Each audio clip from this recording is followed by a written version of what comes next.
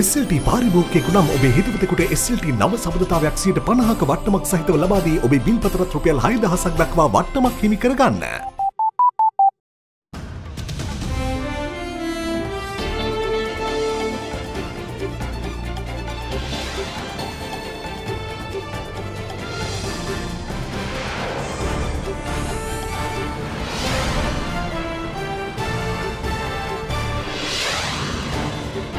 Tonight, defying odds. Ireland's best advanced level results released. Rugby and cricket captains of St Anthony's College score straight A's. Out of the comfort zone. TNA to field their own candidates outside of the North and East in the looming polls. Uncertainty. MP Sajid Premadasa expresses scepticism over his opposition leadership title. A landmark event. Russia deploys its first nuclear-capable missile, but the US isn't impressed. All that and much more coming up on First at 9, this Saturday the 28th of December 2019. මේ scene එකෙන් cut වෙන්න. Anti-germ mouthwash සමගින් එන close-up gel එක story එක start කරන්න. Hi. Hi. From AdaDerana, this is AdaDerana First at 9. Live from Studio 24 in Colombo.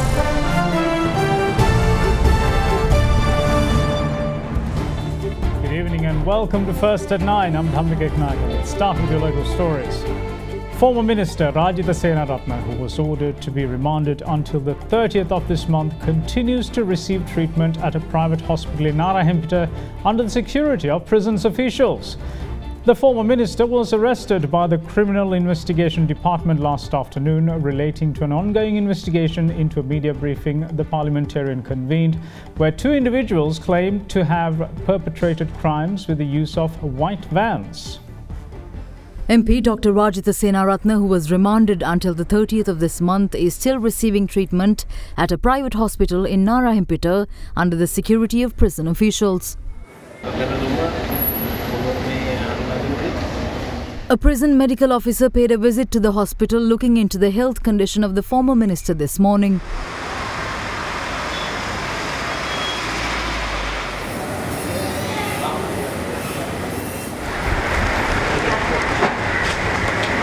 Meanwhile, few persons visited the hospital today, including former Minister Senaratne's wife and parliamentarian Harin Fernando.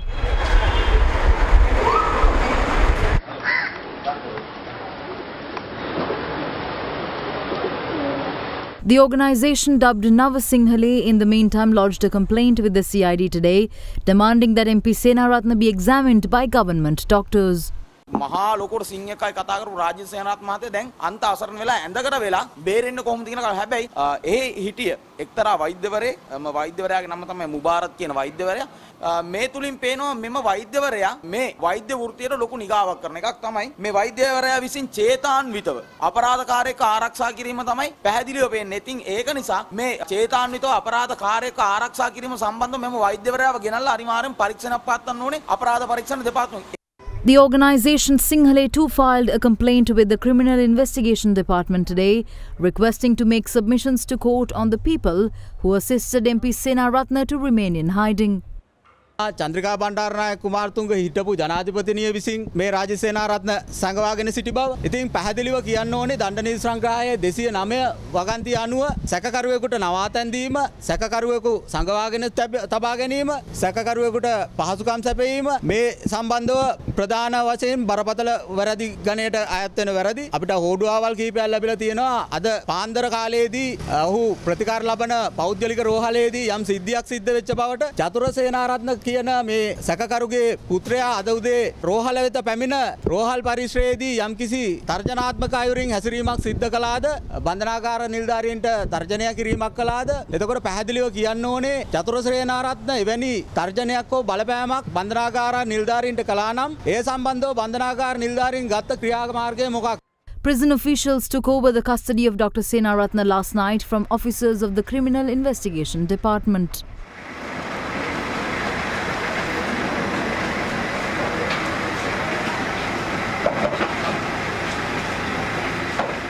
Former Minister Rajitha Senaratne was arrested by the CID last afternoon in connection with an ongoing probe pertaining to a media briefing he convened with the help of two other individuals in the run-up to November's presidential election. The duo who accompanied the MP claimed that they were part of various crimes including abductions perpetrated with the use of white vans during the tenure of President Mahinda Rajapaksa. It has come to be known as the White Van media briefing case. Gel scene action. Anti-germ mouthwash samaging in a close-up gel like a story ka start karanna. Now, Prime Minister Mahinda Rajapaksa is of the view that him being the Prime Minister leaves the President unencumbered to go about governing the country despite the restrictions imposed on the head of state by the 19th Amendment to the Constitution. His remarks came during an audience with the chief incumbent of the Jayanti Temple in Anuradhapura today. Prime Minister Mahinda Rajapaksa paid homage to the Jayashree Mahabodhi this morning. The Premier then visited the chief incumbent of the Atamastana, Venerable Pallegama Sirinivasa Thera.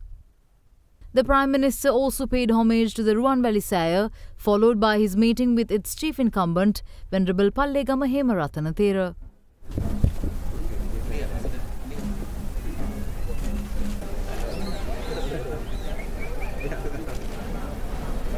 Premier Rajapaksa then visited chief incumbent of the Mirisavatia Temple, Venerable Ithalavattunuvave Gnanatilaka Thera. Thereafter, the Prime Minister visited the Jayanti Temple in Anuradhapura and called on its chief incumbent, Venerable Nugethanne Pannyananda Thera. අවුරුදු පහකින් දැන් තමයි දැන් කොයි තැනපත් ඉතින් හරි ගිය මිනිස්සුන් දැන් මොනවා කළා මේ 10 මිලියන සංශෝධනය වෙන්න ඕන කියලා මිනිස්සුන් මතයක් මේ දුප්පත් අසරණ මිනිස්සුත් කියන නිකම් ජනාධිපතිතුමාට වැඩ කරන්න බෑනේ මේ ගොවියත්තාව දැන් මහින්ද රාජපක්ෂ ජනාධිපතිතුමා වැඩ කරපුවා මොකක්වත් කරන්න බෑ රටේ දැන් මේක වෙනස් වෙනවා දැන් මම ඉන්නේ ඉඳ ඕම් බැලන්ස් ඔව් දැන් තමයි කරන්න හම්බෙන්නේ කරන්නවද විෂ්ණු පූජාට වලා පැන්නා වගේ ඔක්කොම අවුල්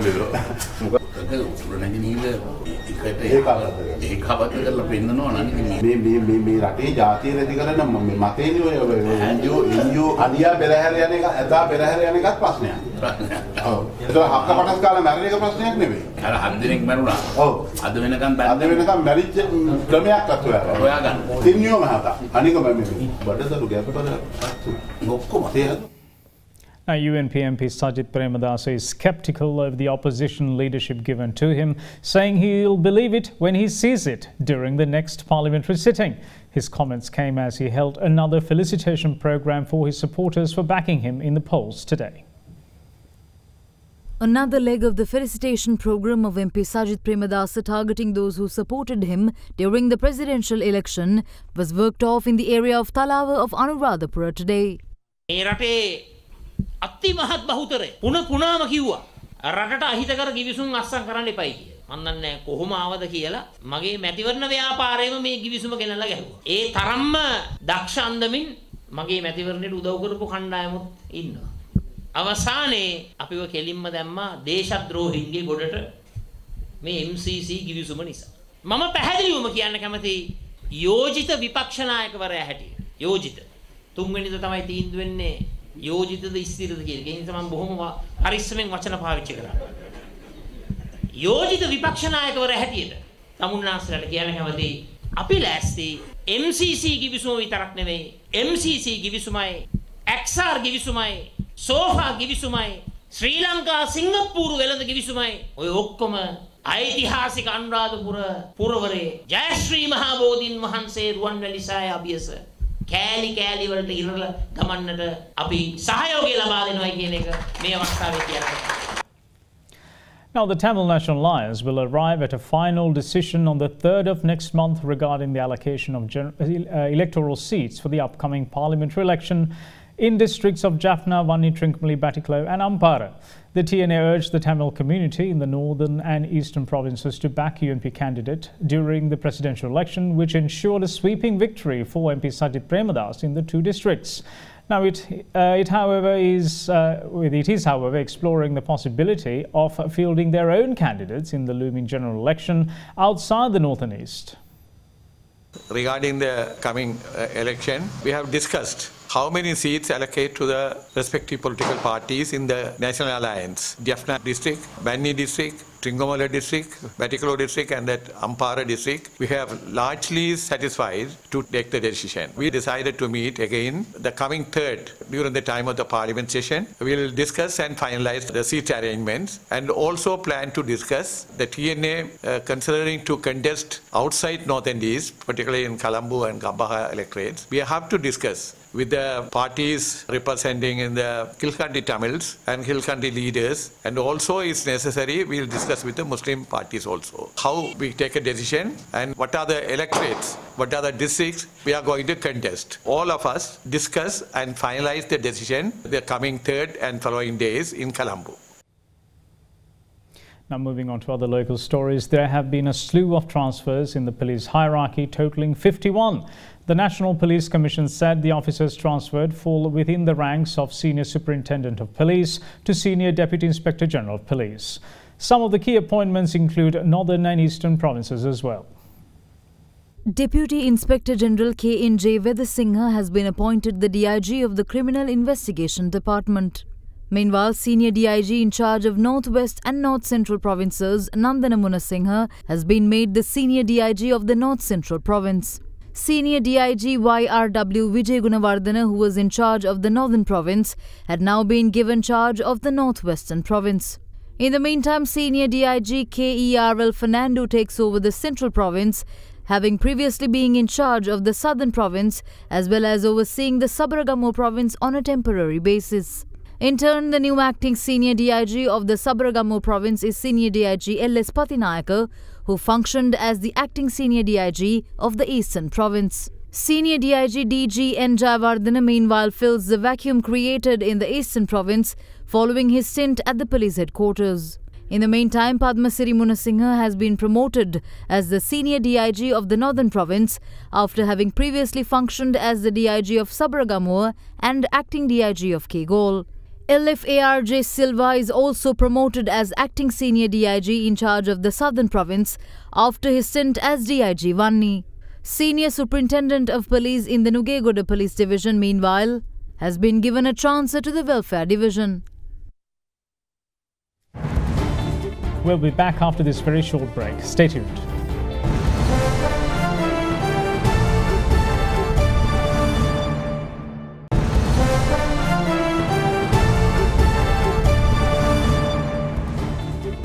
Welcome back. This is First at 9. Now, the 2019 Advanced Level Examination results were released yesterday by the Examinations Department. It said that a total of 337,000 candidates, including 198,229 new applicants, sat for the examinations this year. Let's have a look at the results. The advanced level examination was held from the 5th to 29th of August throughout 2,678 examination centres across the country. The total number of students who sat for 3 subjects at the 2019 advanced level examination was 281,786. While 113,637 students sat for the examination under the new syllabus, 67,489 took the examination under the old syllabus. Out of the total number of candidates who took the examination this year, 181,126 students have secured university entrance. In the meantime, the Department of Examinations said that results of 71 students were suspended. Standing out from among the candidates, few students were able to achieve the best results from each of the streams in both the new and old syllabus. Accordingly, the student that received the best results in the biology stream was Sachini Vijayawardena of Visakha Vidyalaya, Colombo. මේ ජයග්‍රහණය ලැබුවේ ඉස්කෝලෙන්මයි අමතර පන්ති වලටත් ගියා ඒත් ගොඩාක් වෙලාවට ඒ වෙලාවෙමයි මම පාඩම් කරගත්තේ විනාඩියක් ගානේ අත්තරින් නැතුව පාඩම් කරා. From the maths stream, Tharusha Sihan Fonseca of Ananda College was able to achieve the best results island-wide. මට පොඩි කාලේ ඉඳන්ම ආසාවක් තිබුණා ආනන්දේට ආපු දවසේ ඉඳන්ම පාසල වෙනුවෙන් ලොකු දෙයක් කරන්න. අපි එච්චර ලොකු පන්තියක කට්ටිය නෙමෙයි. තාත්තා විඳපු දුක තාත්තා මට කිව්වේ නෑ, පෙන්නුවේ නෑ. ඒ වුණාට මම ඒක දන්නවා. මම මේක මීට කලින් කියලාත් නෑ. අද මම ඒක අවස්ථාවක් කරගන්නවා තාත්තට අම්මට පින් දෙන්න. තාත්තා සමහර දවස් වලට මට කන්න දෙනවා තාත්තා හරියට කන්න නැතුව. මට එක අකුරක් හරි උගන්වපු හැම ගුරුවරයෙක්ම මම මෙතන මතක් කරන්න ඕනේ. මම ප්‍රාථමික අධ්‍යාපනය ලැබුවේ මොරටු මහාවිද්‍යාලයේ මොරටුවේ. ඒතන මාව දිරිගන්නපු ගුරුවරුන්ගේ ඉඳලා හැම ගුරුවරයෙක්ටම මම පින් දෙනවා. Darshana Sampath of the Pinnavala Central College meanwhile claimed the best results in physical science stream under the old syllabus. මං බලාපොරොත්තුෙන් හිටියේ දිවයිනේ 100ට අඩු ප්‍රතිඵලයක් එන්න කියලා. දුමකාර සතුටක් කියාගන්න බැරි සතුටක් මං දැක්කා. අම්මට මං ඒක කියපු ගමන් අම්මගේ ඇස්වල කඳුළු තියෙනවා මං දැක්කා. Under the new syllabus, Teshani Veligamage of Devi Balika Vidyalaya Colombo attained the best results island-wide in the arts stream. පාසලේ විෂය බාහිර ක්‍රියාකාරකම් රැසක් කරා. ඉතින් මේ සියලුම දේවල් සමබර කරගෙන අධ්‍යාපන කටයුතු සාර්ථකව සමබර කරගෙන මේ ජයග්‍රහණයට එන්න පුළුවන් වෙච්ච එකට ගොඩක් සතුටු වෙනවා. Nipuna Viraj of Bandaranaike College Gampaha recorded the best results in the arts stream under the old syllabus. අනාගත බලාපොරොත්තු පුරාවිද්‍යාඥයෙක් වෙන එක ලංකාවේ නිවැරදි ඉතිහාස තොරතුරු ගවේෂණය කරලා ඒ ගැන ලෝකෙටම කියන එක තමයි මගේ බලාපොරොත්තුව. The best results in the commerce stream under the new syllabus was achieved by Teshani Nimsara of Bishop's College, Colombo. Under the old syllabus, Niroshan Sandaruwan of Christchurch Boys College, Beddigama was the island's best in the commerce stream. මගේ තාත්තේ නැතුණා මං 3 වසරේදී. එදා ඉඳන් අම්මා කුලි වැඩ කළා. මම මේ තත්ත්වයට අදගෙන ආවා. විශේෂයෙන් මතක් කරනවා මගේ සර් කවුන්ටි කරන ගොඩක් උදව් කරා. Vinura Osanda meanwhile attained the best results for the engineering technology stream under the new syllabus. In the meantime, Nisansala Sanjeevani came first in the island in the bio stream, who represents the Medagama National School.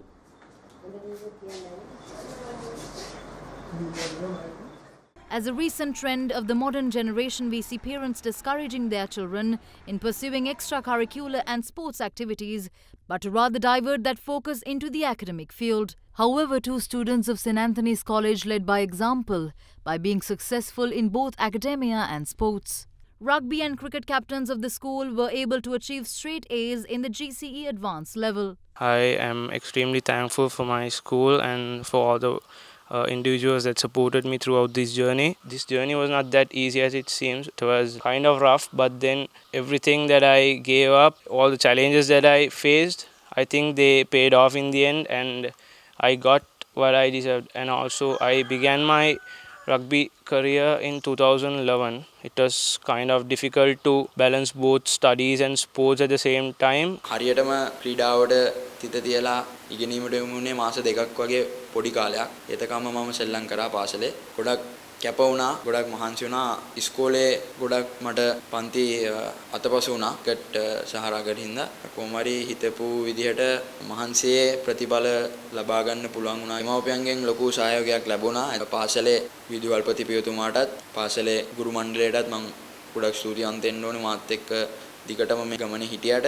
මොකද මම සාමාන්‍ය ළමයෙක් වගේ හැම වෙලේම පන්තියේ හිටපු කෙනෙක් නෙවෙයි. ඉතින් එහෙම වෙලා තියෙද්දිත් මට හැම වෙලේම වචනින් සහ ක්‍රියාවෙන් ගොඩක් උදව් කරා.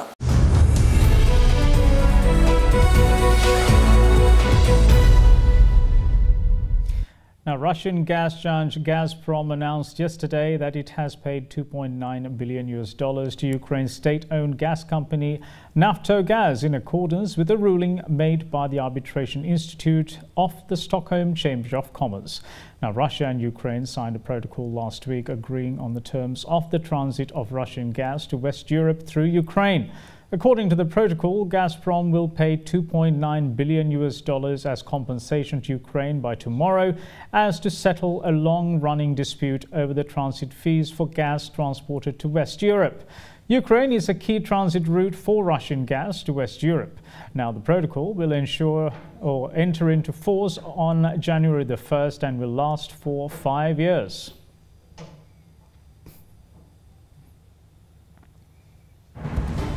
We'll see you again after this break. Don't go away.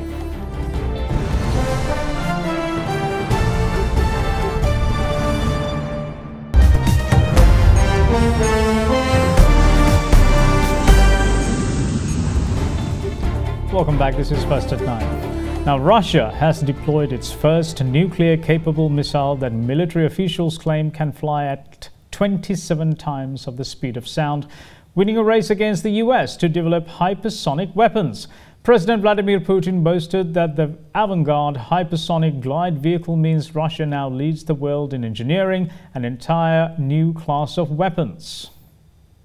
Yesterday's deployment of the nation's first nuclear-capable intercontinental weapon is lauded by its President Vladimir Putin as a technological breakthrough comparable to the 1957 Soviet launch of the first satellite. He claimed the avant-garde can withstand temperatures of up to 2000 degrees Celsius, resulting from a flight through the atmosphere at hypersonic speeds. It is launched on top of an intercontinental ballistic missile, but unlike a regular missile warhead that follows a predictable path, it can make sharp maneuvers in the atmosphere through a glide system, making it much harder to intercept. In light of its rival's newest addition to its arsenal, the US, the Pentagon said, it would not characterize the Russian claims about the avant-garde's capabilities, adding that the US has its own hypersonic missile program, as does China, which was tested in 2014. On the 26th of November, Russia allowed US experts to inspect the avant-garde under the rules of the 2010 New START Treaty, an agreement that seeks to reduce the number of strategic nuclear missile launches. The New START Accord, which expires in February 2021, is the last major nuclear arms control treaty between Russia and the US.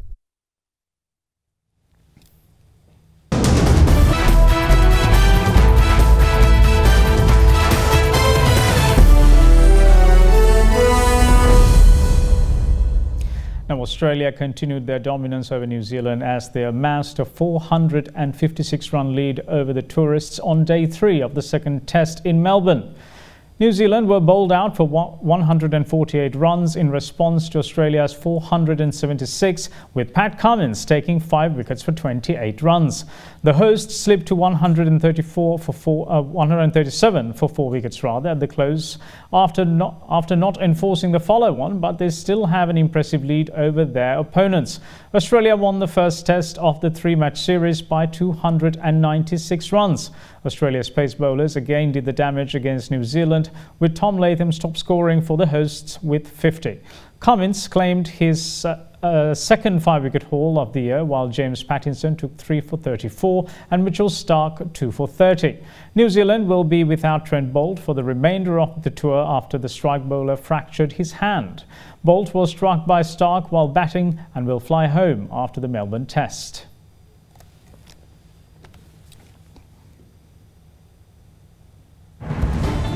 And that's it from all of us here at First at 9. Thanks for watching. Bye-bye.